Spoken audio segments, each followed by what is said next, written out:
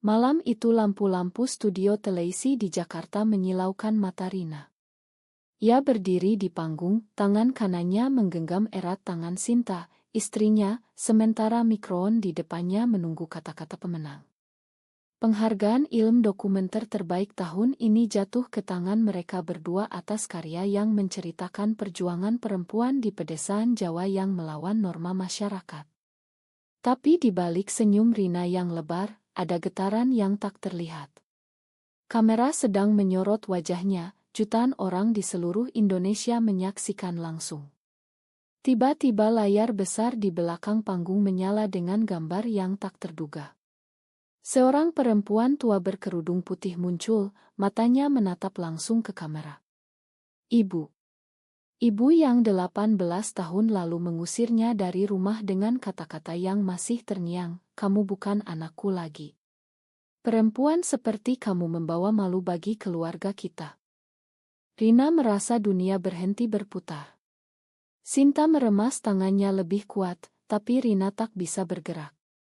Suara pembawa acara terdengar jauh, dan malam ini kita punya kejutan spesial untuk pemenang kita, Ibu Siti Rahayu, yang datang dari kampung halaman di Yogyakarta.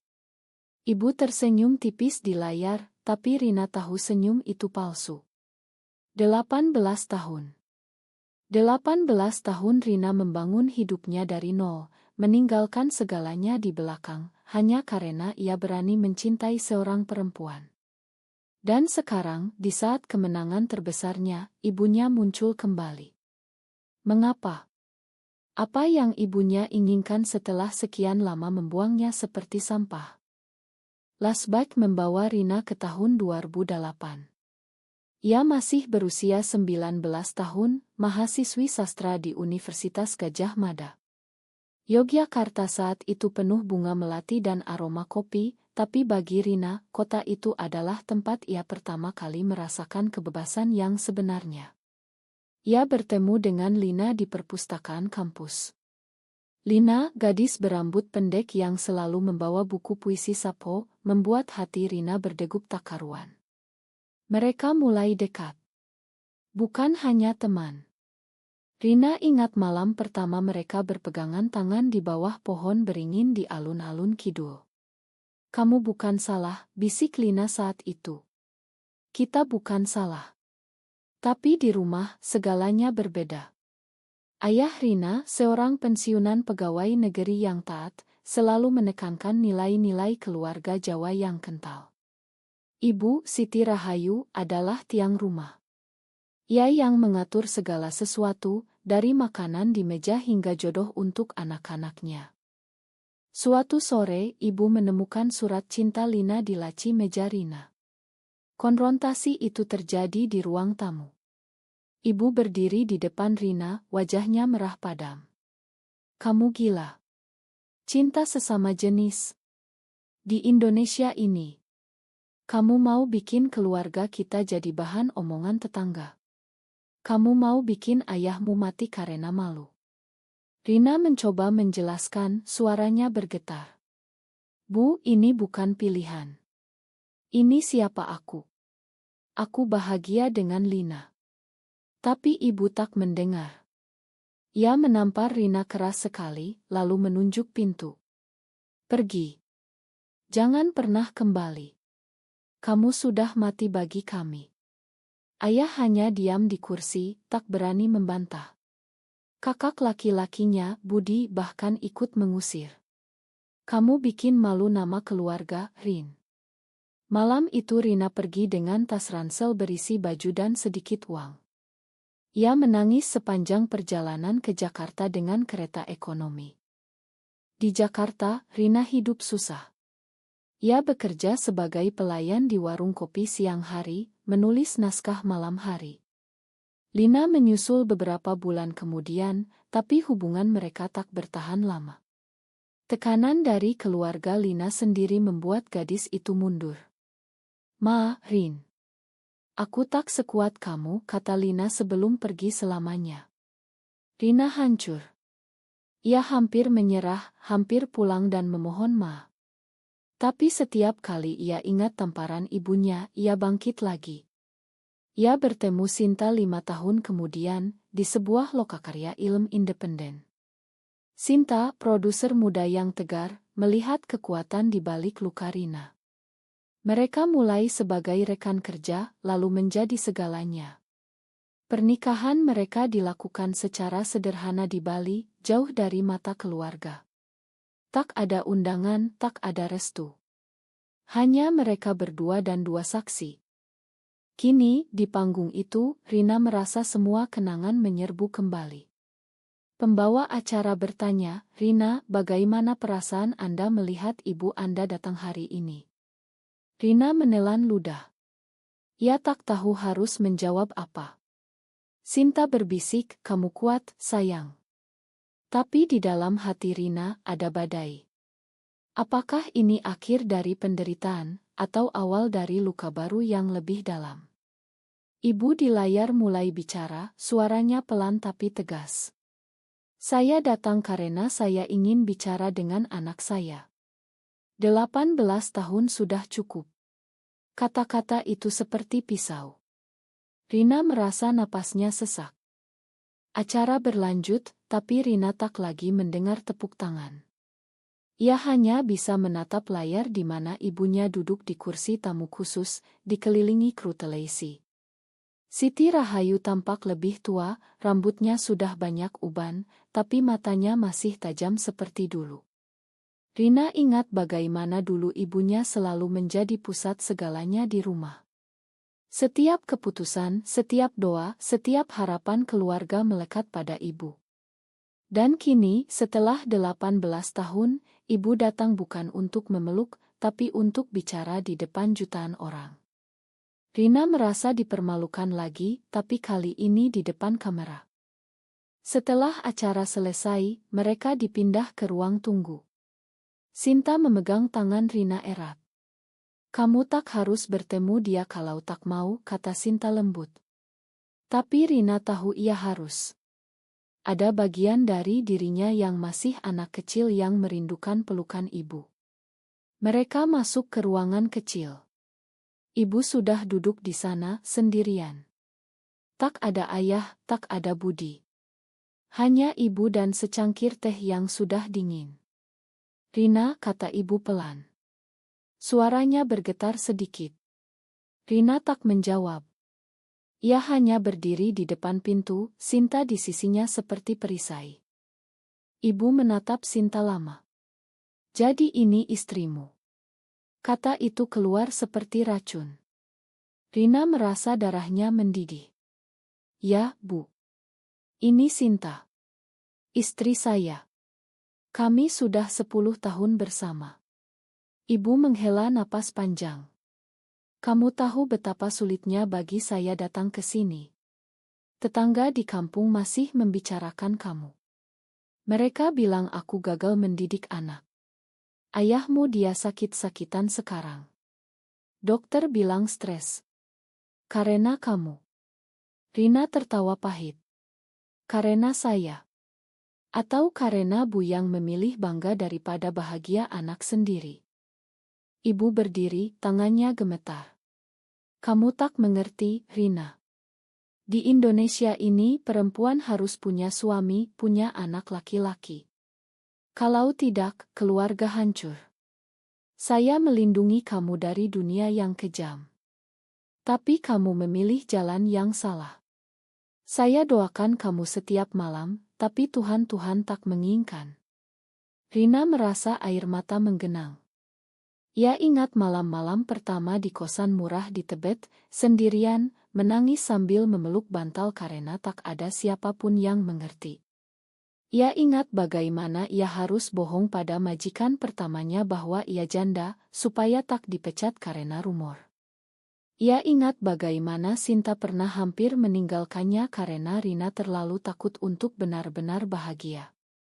Semua itu karena luka yang ibu tinggalkan. Sinta angkat bicara untuk pertama kali. Suaranya tenang tapi tegas. "Bu, saya tahu Bapak dan Ibu tak setuju.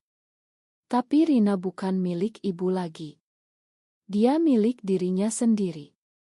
Dan saya akan selalu di sisinya, apapun yang terjadi." Ibu menatap Sinta dengan mata penuh kebencian. Kamu yang merusak anak saya. Kata-kata itu membuat Rina meledak. Cukup, Bu. Kamu yang merusak saya. Kamu yang mengusir saya. Kamu yang bilang saya mati. Sekarang kamu datang ke sini, di depan kamera, pura-pura peduli. Untuk apa? Supaya tetangga bilang ibu sudah berusaha. Ibu mundur selangkah. Air matanya jatuh. Saya datang karena acara ini menghubungi saya. Mereka bilang ini kesempatan untuk memperbaiki hubungan. Saya ingin kamu pulang, Rina. Tinggalkan semua ini. Nikah lagi secara benar. Saya sudah bicara dengan keluarga Pak Haji di sebelah. Mereka punya anak laki-laki yang baik. Rina merasa dunia berputar. Tawaran itu seperti tamparan lagi. Sinta memeluknya dari belakang. Kita pergi saja, sayang. Tapi Rina tak bergerak. Ada sesuatu di mata ibu yang membuatnya ragu. Apakah ini penyesalan, atau hanya sandiwara untuk menyelamatkan muka keluarga? Malam itu, di hotel, Rina tak bisa tidur. Sinta memeluknya erat. Apa yang kamu rasakan? Tanya Sinta. Rina menjawab dengan suara pecah. Aku marah, tapi aku juga rindu. Aku benci karena dia masih bisa membuatku merasa kecil. Aku sudah bangun hidup ini tanpa dia, tapi kenapa masih sakit? Sinta mencium keningnya. Karena dia ibumu. Dan di Indonesia ini, ibu selalu punya kuasa yang tak bisa dihapus begitu saja. Rina mengangguk. Besok mereka harus kembali ke Yogyakarta untuk syuting dokumenter baru. Tapi Rina tahu, ibu tak akan berhenti di situ. Keesokan harinya, Rina dan Sinta naik kereta api kembali ke Yogyakarta. Perjalanan 6 jam itu terasa lebih panjang dari biasanya. Ponsel Rina terus bergetar. Pesan dari kakaknya, Budi. Ibu menangis semalaman. Kamu bikin dia sakit lagi. Pulanglah, Rin. Kita bicara baik-baik. Rina tak membalas. Ia menatap pemandangan sawah yang hijau di luar jendela, tapi pikirannya kembali ke masa lalu. Setelah diusir, ia pernah mencoba menelepon ibu 3 bulan kemudian. Saat itu ia sedang sakit keras di kosan, demam tinggi karena kelelahan kerja. Ibu angkat telepon, tapi langsung mematikan saat mendengar suara Rina. Jangan hubungi lagi, kata ibu dingin. Itu adalah luka yang tak pernah sembuh. Di Yogyakarta, mereka langsung ke lokasi syuting di sebuah desa kecil di lereng Merapi. Dokumenter kali ini tentang perempuan-perempuan yang dipaksa menikah muda karena norma desa. Rina merasa cerita itu seperti cerminan hidupnya sendiri. Saat sedang wawancara dengan seorang ibu desa, ponselnya berdering lagi. Nomor tak dikenal. Ia angkat. Suara ibu. Rina, aku di Yogyakarta sekarang. Aku ikut kereta pagi. Kita ketemu di rumah lama. Rina membeku. Sinta yang sedang mengarahkan kru melihat wajahnya berubah. Siapa? Tanya Sinta pelan. Ibu, jawab Rina. Mereka bertemu di rumah tua yang dulu Rina tinggali. Rumah itu masih sama, cat dinding mengelupas, pohon mangga di halaman masih berdiri. Ibu duduk di teras, memegang tas kain. Tak ada ayah. Ayahmu tak mau ikut. Dia bilang kamu sudah bukan bagian dari kami, kata ibu. Rina duduk di kursi rotan di depannya. Sinta berdiri di belakang, tak masuk ke rumah. Bu, kenapa ibu lakukan ini? Setelah 18 tahun diam, kenapa sekarang? Ibu menunduk. Karena aku melihat kamu di televisi. Kamu sukses. Kamu dapat penghargaan. Tapi kamu masih dengan dia. Kata dia dicapkan dengan nada jijik. Rina merasa marah lagi. Sinta bukan dia. Dia istriku. Kami saling mencintai. Kami membangun hidup bersama. Kami punya rumah, punya pekerjaan, punya teman yang menerima kami apa adanya. Ibu menggeleng. Teman. Di Jakarta mungkin. Tapi di sini. Di kampung ini orang masih bilang kamu pembawa sial. Kakakmu Budi hampir batal nikah karena gosip tentang kamu. Istri Budi hamil sekarang, tapi dia takut anaknya nanti terpengaruh. Rina tertawa getir. Jadi ibu datang bukan untuk saya, tapi untuk menyelamatkan nama keluarga. Ibu diam lama. Lalu ia mengeluarkan sebuah amplop dari tas. Ini surat dari ayahmu. Dia sakit jantung. Dokter bilang tak lama lagi. Dia ingin kamu datang sebelum dia pergi. Tapi syaratnya tinggalkan Sinta. Rina merasa dunia runtuh. Ia membaca surat itu dengan tangan gemetar. Tulisan ayahnya goyah. Rina, anakku. Aku salah, diam saja dulu. Tapi sekarang aku ingin lihat kamu sebelum mati. Pulanglah sebagai anak yang benar. Rina menangis. Sinta masuk, memeluknya dari samping. Ibu menatap mereka dengan mata penuh kecewaan. Kamu pilih dia atau keluarga? Kamu mau ayahmu mati dengan hati hancur? Rina berdiri. Bu, ibu masih tak mengerti. Aku tak pernah berhenti mencintai kalian. Tapi aku juga tak bisa berhenti menjadi diriku sendiri. Kalau ayah mau lihat saya, dia harus terima saya apa adanya. Bersama Sinta. Ibu bangkit, suaranya meninggi. Kamu egois. Kamu selalu egois. Malam itu, di penginapan, Rina menangis di pelukan Sinta. Aku lelah, Sin. Aku lelah selalu jadi yang salah. Sinta mengusap rambutnya. Kamu bukan yang salah. Mereka yang tak mau melihat kebenaran. Tapi Rina tahu keputusan ini akan memakan harga mahal. Besok pagi, ia harus memilih pergi ke rumah sakit menemui ayah, atau tetap pada prinsipnya. Tekanan semakin berat. Pagi berikutnya, Rina dan Sinta pergi ke rumah sakit di pusat kota Yogyakarta. Ayah sudah lemah di ranjang, oksigen di hidungnya. Budi ada di sana bersama istrinya yang hamil besar. Begitu melihat Rina, Budi berdiri, wajahnya tegang. Kamu datang juga akhirnya. Tapi jangan bawa dia ke sini. Sinta mundur keluar ruangan dengan sukarela. Rina masuk sendirian. Ayah menatapnya dengan mata sayu. Rina, anakku. Suara ayah hampir tak terdengar. Rina duduk di samping ranjang, memegang tangan ayah yang dingin. Pak, makan Rina. Ayah tersenyum tipis. Aku yang minta maaf. Dulu aku diam saja. Tapi sekarang aku lihat kamu bahagia, Dit, itu cukup buat aku.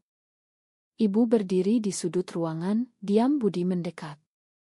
Pak, jangan bilang begitu. Rina masih bisa berubah.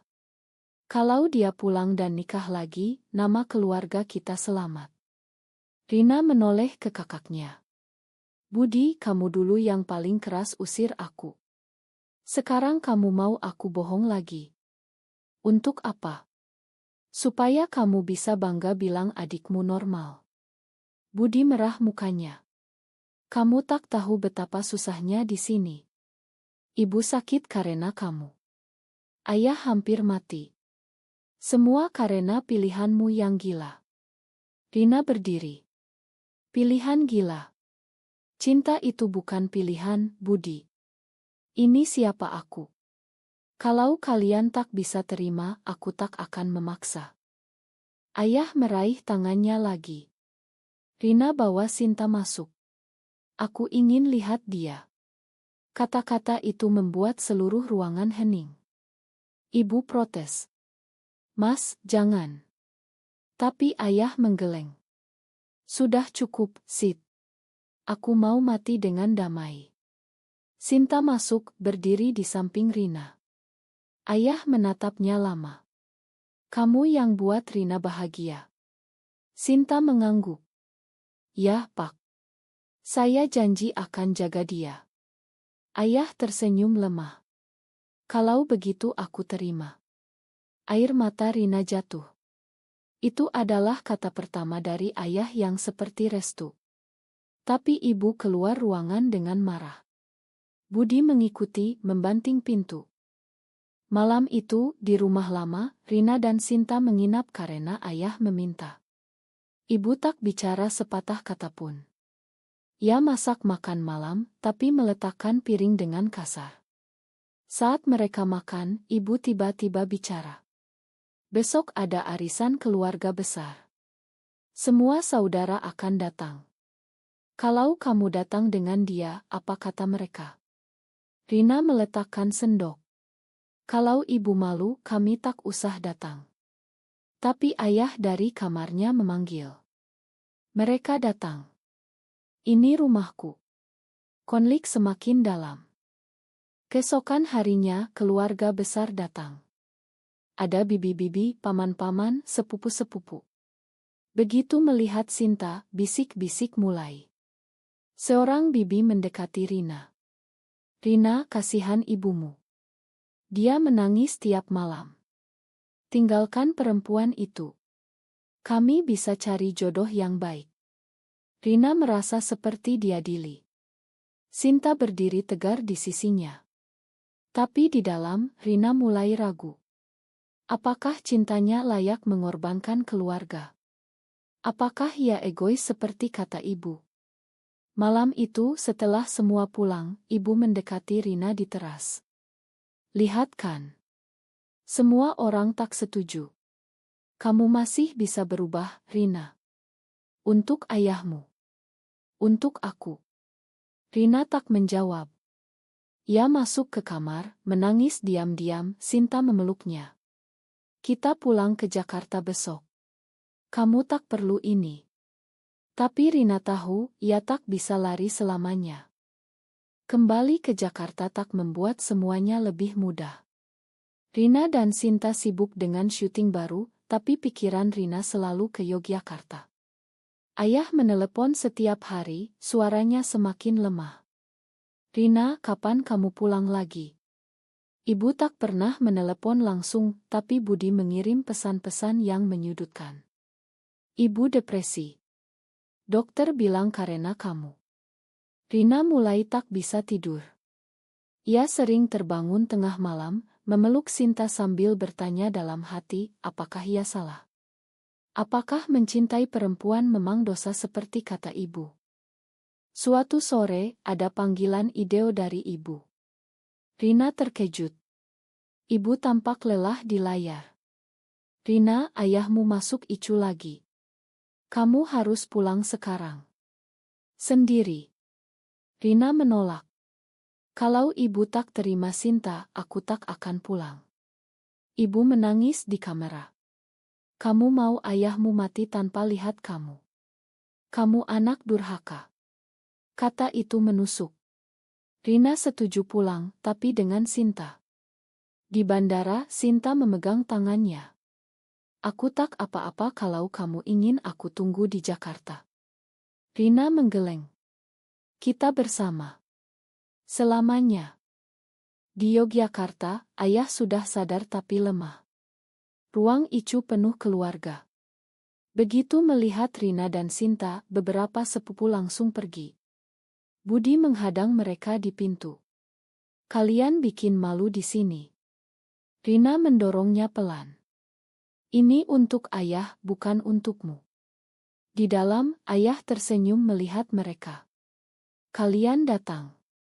Ibu berdiri di sudut, wajahnya dingin. Rina mendekat, memeluk ayah. Pak, Rina di sini. Ayah mengusap rambutnya seperti dulu. Makan ibumu. Dia takut kehilangan kamu lagi. Malam itu terjadi konfrontasi besar di rumah. Ibu mengumpulkan seluruh keluarga. Rina harus pilih. Kalau dia mau tetap di sini, dia harus tinggalkan Sinta. Rina berdiri di tengah ruangan. Semua mata tertuju padanya. Aku tak akan pilih. Aku sudah pilih hidupku 18 tahun lalu. Kalau kalian tak bisa terima, aku akan pergi lagi. Tapi kali ini aku tak akan menyesal. Ibu menjerit. Kamu akan menyesal. Kamu akan kesepian. Sinta maju. Dia tak pernah kesepian. Dia punya aku. Tiba-tiba ayah yang sudah pulang dari rumah sakit masuk dengan kursi roda. Cukup. Semua diam. Suaranya lemah tapi tegas. Rina anakku. Sinta menantu aku. Kalau kalian tak suka, keluar dari rumah ini. Keheningan menyelimuti ruangan. Beberapa kerabat pergi. Ibu menangis terseduh. Rina mendekati ibu berlutut di depannya. Bu, aku masih sayang ibu. Tapi aku tak bisa bohong lagi. Aku bahagia dengan Sinta. Tolong terima kami. Ibu memeluknya untuk pertama kali setelah 18 tahun. Pelukan itu kaku, tapi ada kehangatan kecil. Aku tak tahu, Rina. Aku tak tahu harus gimana. Itu bukan restu penuh, tapi awal. Beberapa bulan kemudian, ayah Rina meninggal dengan damai. Di pemakaman, Rina dan Sinta berdiri di samping ibu. Ibu tak lagi menolak tangan Sinta. Ya masih diam banyak, tapi tak ada kata-kata kasar lagi. Rina kembali ke Jakarta dengan hati yang lebih ringan, meski luka lama masih ada. Dokumenter mereka terus mendapat penghargaan, tapi kini Rina menulis cerita baru tentang pengampunan yang tak sempurna. Ibu mulai menelepon sesekali. Bukan untuk memaksa, tapi untuk bertanya kabar. Apa kamu sehat, Rina? Sinta gimana? Pertanyaan kecil itu seperti jembatan. Budi masih dingin, tapi istrinya mulai mengirim foto bayi mereka. Perlahan, keluarga mulai belajar. Tapi Rina tahu perubahan sejati butuh waktu. Di Indonesia, prasangka tak hilang dalam semalam. Suatu malam, di balkon apartemen mereka, Rina dan Sinta menatap lampu kota. Kamu pernah menyesal? Tanya Sinta. Rina menggeleng. Tak pernah. Tapi aku belajar bahwa cinta kadang meminta harga mahal. Dari keluarga, dari diriku sendiri. Sinta mencium pipinya. Dan aku bangga dengan harga yang kamu bayar. Rina tersenyum. Ia ingat semua konfrontasi, semua air mata, semua pilihan yang membuatnya hampir hancur. Tapi ia juga ingat saat ibu akhirnya memanggil Sinta menantu di telepon pertama kali. Itu kecil, tapi berarti. Hidup tak pernah sempurna, tapi mereka belajar hidup dengan luka dan kebahagiaan yang sama. Apakah ibu benar karena berusaha melindungi keluarga dari dunia yang kejam, atau Rina benar karena mengikuti hati dan membayar harga kebebasan itu?